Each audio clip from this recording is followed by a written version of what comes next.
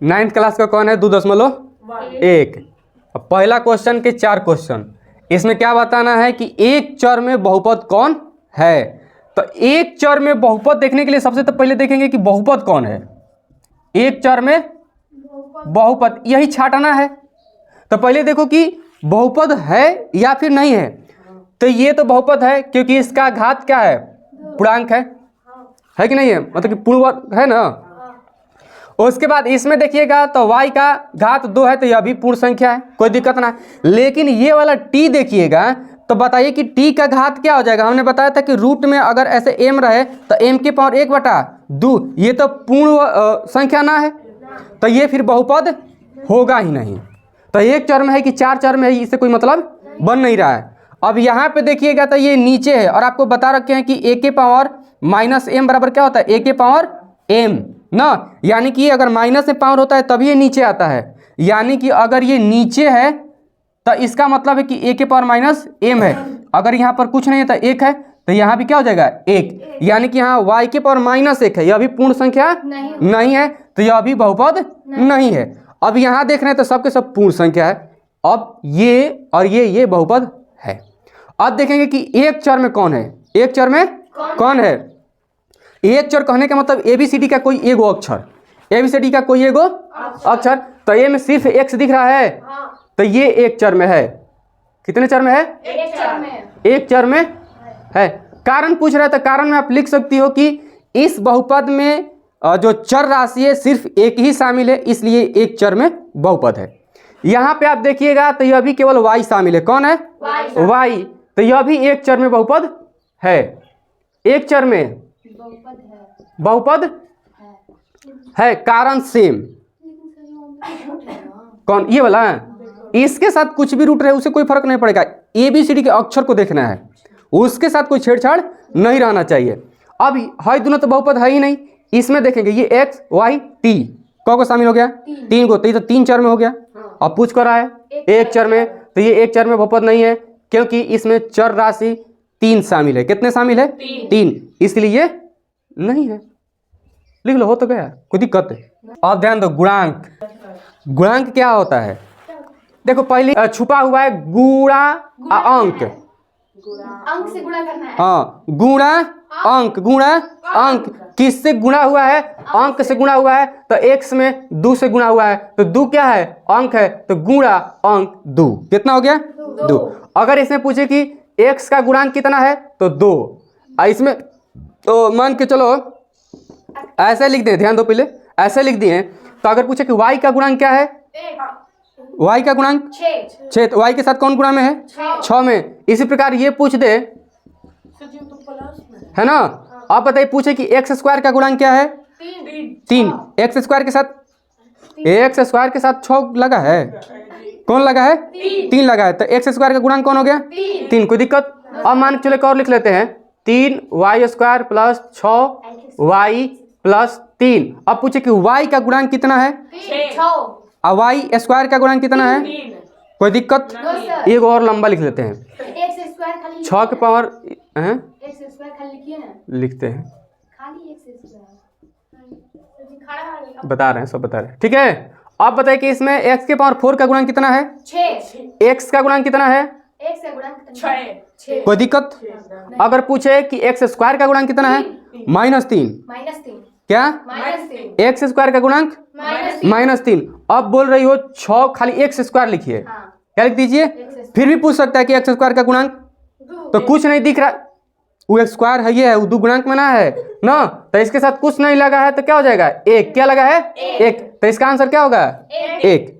कोई दिक्कत। अगर मान के चलो 6x² दे दिया है, अब प्लस में x दिया है, प्लस में 3 दिया है ना, अब पूछा कि x का गुणांक क्या होगा, 1। कोई दिक्कत। अब मान के चलो यहाँ पर 5 लिखो, 5x² प्लस में 6, ए में दे दिया कि x² का गुणांक कितना, 5। कोई दिक्कत।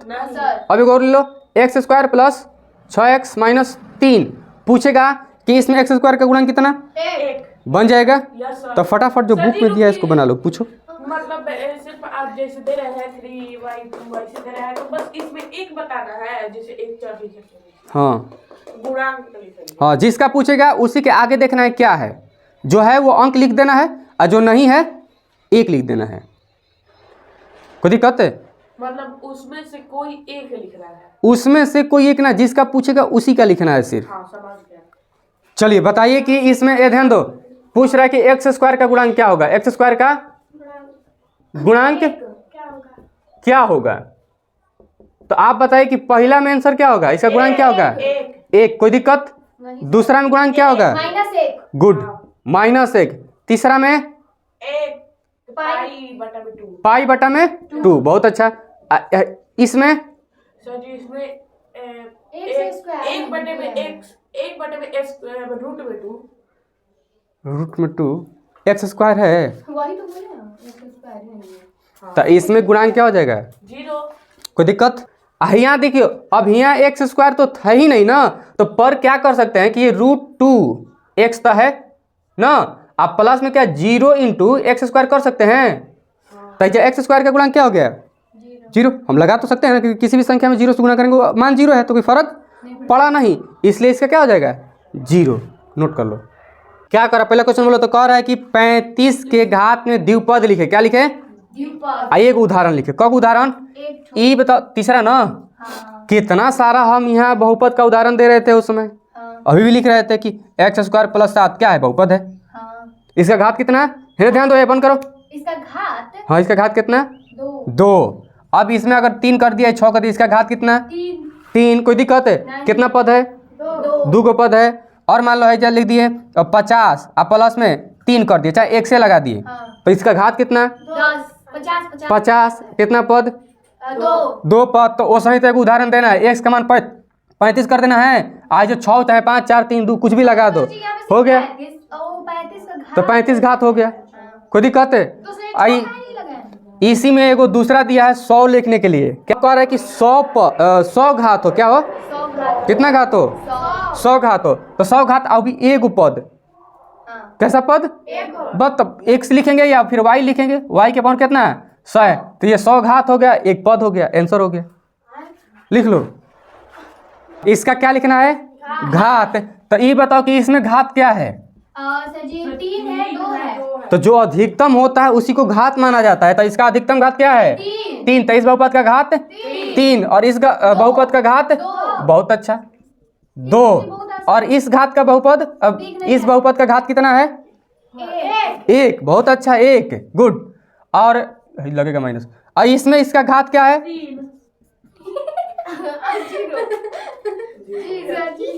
इसको समझना होगा। ये नहीं समझ आ रहा। ना समझ में आ रहा है? अच्छा, हम एक चीज बताएं आपको, ध्यान देना कि a के पावर 0 बराबर 1। कोई दिक्कत नहीं? दिक्कत? आप बताओ कि गुड गुड गुड, समझ गई है। तो 3 × 1 लिख सकते हैं। Yes sir. और 1 के जगह पे हम x के पावर 0 लिख सकते हैं। Yes sir. हो जाएगा कि ना हो जाएगा? तो आप बताओ 3x के पावर 0, तो घात क्या? 0। अच्छा, घात x के ऊपर घात क्या है? घात 0 है, तो इसका घात क्या हो गया?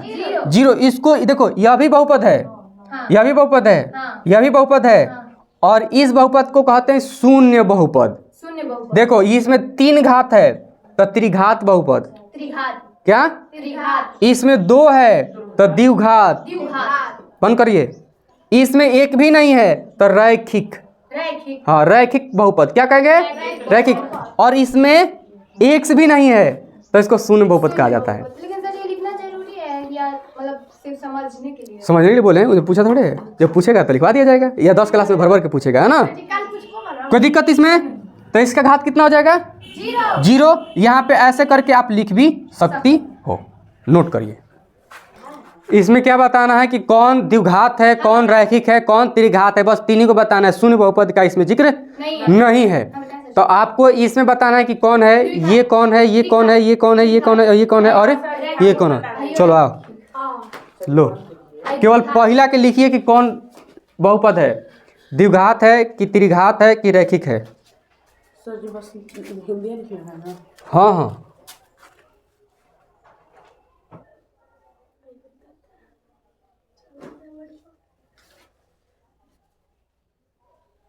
ये कौन बहुपद है, द्विघात है कि त्रिघात है? लिखिए।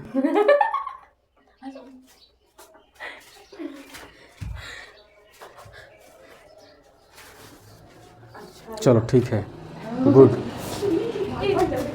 सर जी तीसरा त्रिघाती में फिर जी उससे कोई दिक्कत नहीं है, त्रिघाती लिखिए, त्रिघात लिखिए, उससे कोई दिक्कत नहीं है। चलो ठीक है, ये वाला लिखो, ये वाला। ये वाला हाँ, पांचवा कौन बहुपद है? पांचवा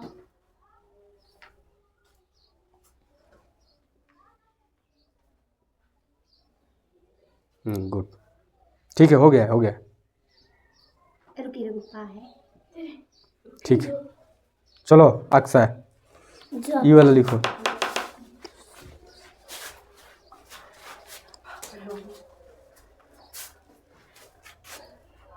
ये लिखो कि कौन सा बहुपद है।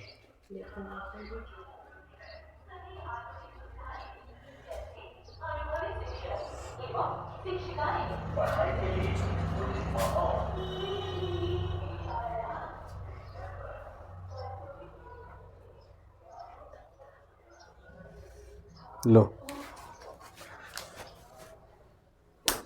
चलो जी, लिखो।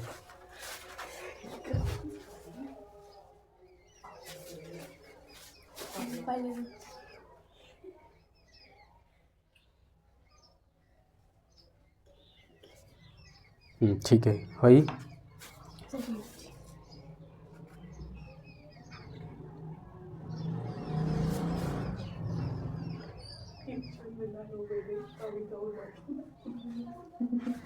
हई लिखो।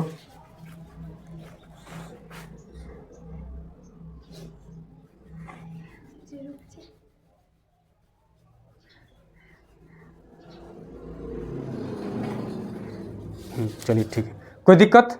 बना लीजिए, ठीक तो है।